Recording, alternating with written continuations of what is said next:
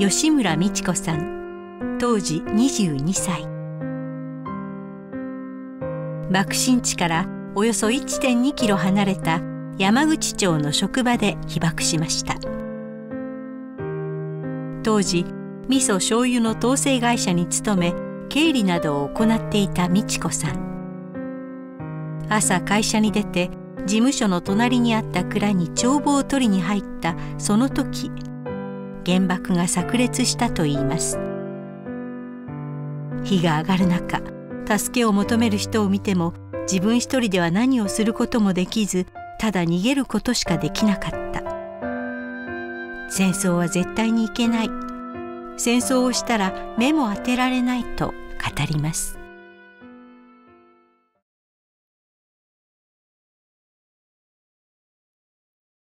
山口町の16番地ね、味噌醤油の統制会社に勤めて、それは味噌醤油のね取引です。伝票でね送ってきて、それで私は販売の方だから各軍部書いたとか広島県のあるでしょ、あれ全部組合になっとるから、そこへ下ろしとったんですよ。それで軍能もありましたね。海軍兵学校や大竹のね兵学校やらね、軍能がありましたね。県外の醤油ねやっぱりあるでしょう。あれやなんかでもね、県外の分じゃ言うてからね、やっぱり取引があったんですよ。それは伝票だけで取引で、品物はないですね。まあね、会社もね戦時中だからね、若い人はおらないんです。おじいさんとね、全部おじいさんで、男の人は。女の人はね、まあ皆ね若い人おりましたけどね。川のへりです。今桜の花があるでしょ、あそこ咲いとるでしょ。桜が咲いとるとこがね全部ね入れてた狛家やらねありましたよ。でまあ狛家をね建ててからね家に人に貸しとったりしたんですよ。私と義理の母と妹と3人ですね。父はちょっと前に亡くなってから。もうね夜になるとね空襲で言うてからねサイレンが鳴るんですよ。ほんならね、電気に黒いカバーをねしてからね、ですぐしてから、ほいでも川に移る時があるの、ぼんやりね家の何が。ほいで言われたらね、他に寝てまたねかぶせてからね消したりしましたよ。そりゃねアメリカのね来るとね家にね落とされるじゃないね、困るわね。妹はね安田女学校ね動員でねなんか勤労方針出てましたよ。勉強はなくて学徒動員でねなんか作りに行きましたね。兵隊さんのもんでしょうね。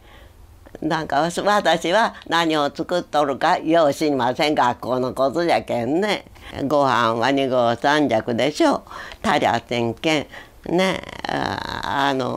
大根作ってからね小麦刻んで。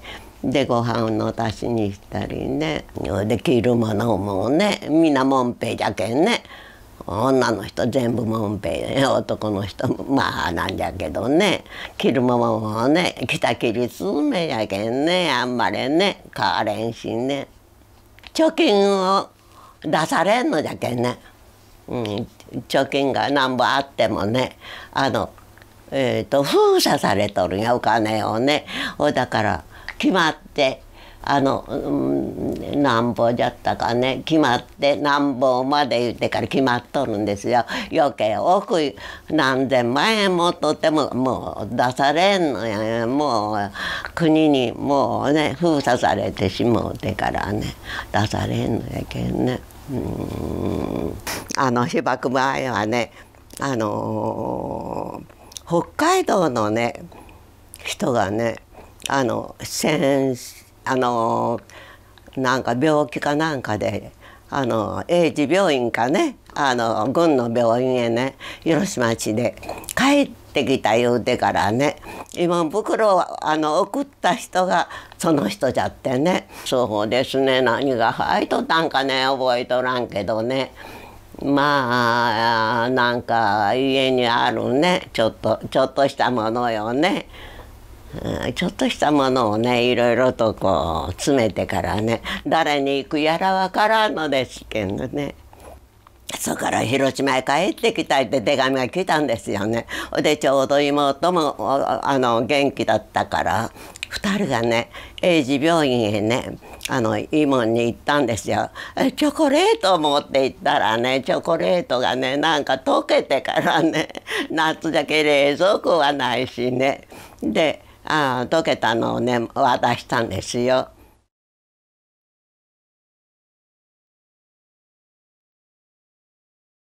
6時半頃じゃろうね起きるたらね起きてやっぱりね仏さんがあるからお水かいたりねそれからお味噌汁こしらえたりしてから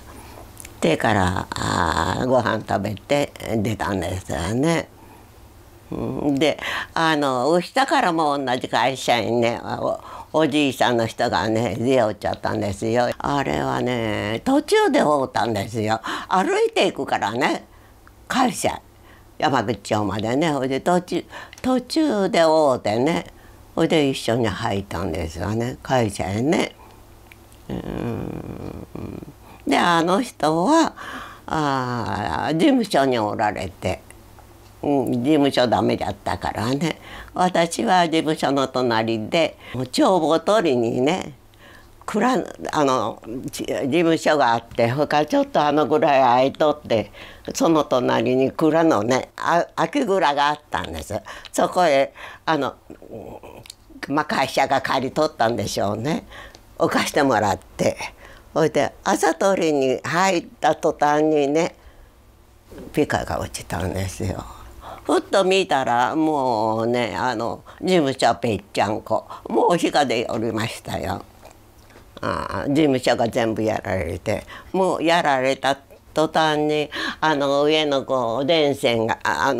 電気の線が下を落ちてねもう日が出おったんですよ。それをね乗り越えてからね逃げたんですがね。蔵はねどうもなかったですがねただ一瞬ドスッとしてね蔵はどうもなかった暗く全体が暗くなったですね薄暗くなったね落ちた瞬間はね。であら思うてからね私がね言われたんですよね。帳簿取りに入ったら帳簿取って出りゃええのにってからそういうわけにいかんよね体が大切なけんね飛んで逃げたよね。ほいで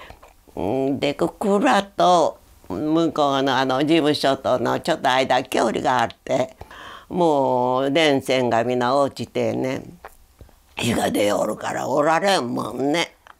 町もみんな何にももうとにかくね逃げるんが精一杯でねまだひどいことがあるんですよ。蔵の隣ぐらいにねなんか井戸があったらしいんですよ知らんのに。その井戸にね落ちとっちゃったんです人が。女の人がねほいでね助けて言うちゃったんじゃがねはしごもない綱もない何にもないのにね助けられんのよね。ほいで見殺しにしてねほいでどうにかしてください言うてもねみんな逃げるんが精いっぱい知らん人がおってないしねもうそれだけは私も死ぬまでやっぱりなんか悪いことしたね思うよね。飛び込むわけにいかんもんね。でもそこにおられんからねすぐ逃げたんです。どこに逃げたか言うたらね京橋の方へ逃げてで今の鉄道病院のとこへなんかあるよね。あそこでなんかきゅうりを一つ泥棒して、作っとっちゃったのをね食べて転げとって人がおったら私泥棒しちゃせんよね人がおったらねくださいって言うよね。誰もおらんからねお腹が空いとるからちょっとね一つもうとにかく建物はないんですよぺちゃんと落ちてから。だからねとにかく逃げましたね必死で。もう日が出おるから炎が上がるよりもねみんな落ちとったんですね。ほいでもうとにかく逃げたですね。炎はまだ上がっとらなんだけどね。ほいで夕方頃になって家帰ったらきれいにみんな焼けとったね。建物が木造だったから。だから白紙前帰った時にはきれいに焼けとってから何もなかったからねおらんかったですねみんな家族がね、家族いて母やらね妹なんかおらなんだです逃げてからね、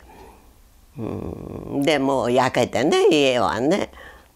人影がないのにね4人ぐらいがね手を広げてからね歩きよっちゃったんです。ほいでね顔のね前も後ろも見えんのよ。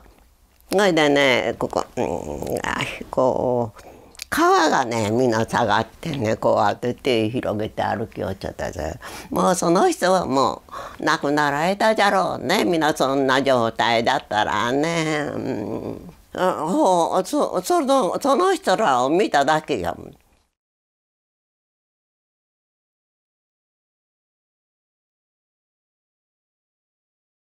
古市の方へね逃げることになっとったんですよ。ちょうどその時にね近所の人にね船があったんですね。それに乗してもろうてねで逃げるとこへね乗してもろうて行って妹らと会うて。なんか妹はね生き埋めになった言うてんじゃがね生き埋め言うても火が出とらんわいね。ほいでなんかね出してもろうて火が出てから逃げた言うて火が出よったから逃げた言うてから聞きましたよ後からね。妹と母はね親戚のあそこのどういうんかいね双葉の里あそこで厄介になりました。みんなね女何人もじゃねあれだから私もそこへ初めは10日ぐらいおりましたけどやっぱりそりゃおりづらいわよねお金なしでおるんじゃけんね。で鈴張でねちょっとおったんですけどそこも知らん人がねやっぱり知り合いの人じゃろうね一緒におって一緒に食べさせてもらって。ほいで今度、何日か10日ぐらいしてから口へ行ったんですけどね口いうのはね親戚でもね母の里じゃろうね海の母の里なんですよ口言うたらね。まあねちいとでも知っとるとこを頼りにね行ったんですけどねやっぱりそこもねやっぱりねただじゃね食べさせてもらわれんでね。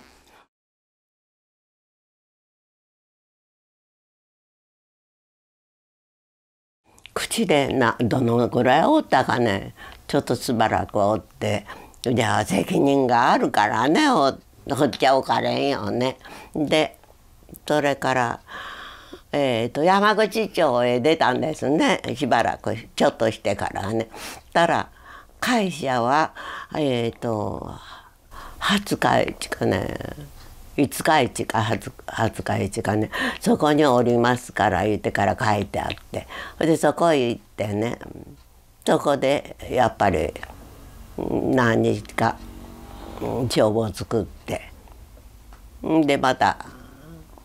それから今度は解体地の丹京さんいう醤油屋さんにまた事務所ちょっとね部屋を借りてそこでまた帳簿を作ったんですよ。ほっちゃおかれませんよねやっぱり。勤めよったんじゃけんね、生きとる以上はねやっぱりやめとらんのじゃしどうなっとるか心配なんや責任があるやめたわけじゃないしほいでやっぱり勤めにゃ食べていかれんわいね食料公団がね公団になったんね配給公団がね公団になりましたね。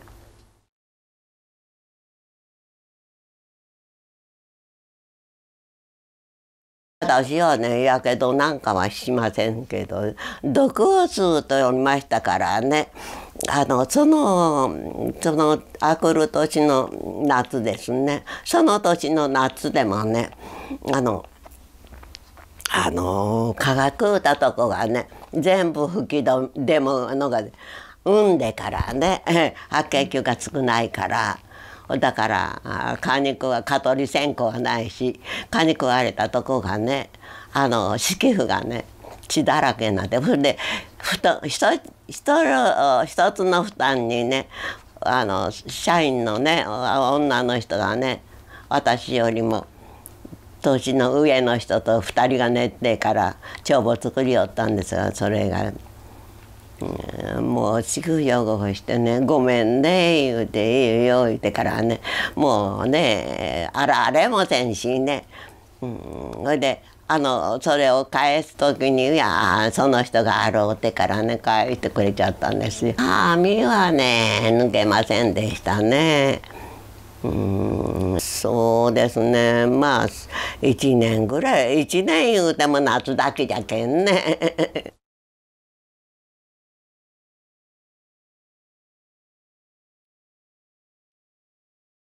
三宅込んでそれでなんかねよその会社に出とったんですけどねで私と結婚するなら言うて近所の人がねおいじゃ世話してあげる言うて三菱重工へ世話してもらって息子と娘がほいじゃもね一人やっぱり一人おろしております兄の2人かね。どうかわからんのですがねその時はね原爆とかああいうようなことを思わなかったんじゃけどね下ろしましたよ。だから後になってそういうことかね思ってからね自分ではわからなんだんじゃけどねもうねあれですよ苦労言うてもねただ無我夢中で生きていきたいことよね。苦労言うてもねもうねじゃけん人並みに生きてきただけ言うちゃ悪いかんね人並みに今も人並みに生きています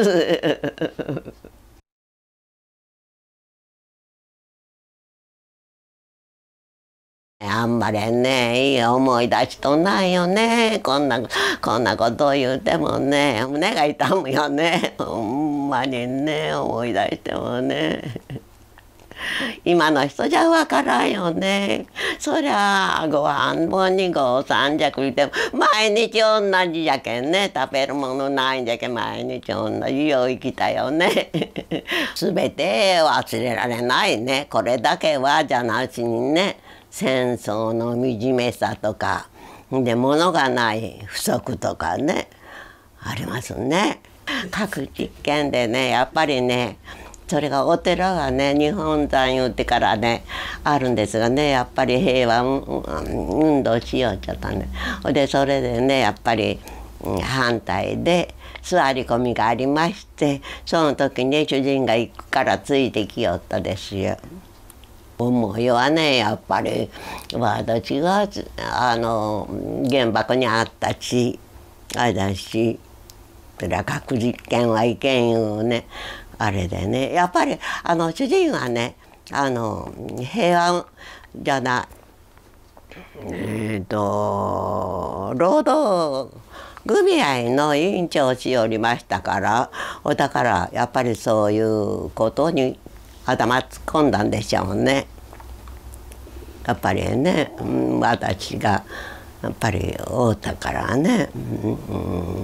そういうことをせにゃいけん思うたんでしょうね。やっぱり正義かね、正義感かね、あれなんでね、いい人だったよね。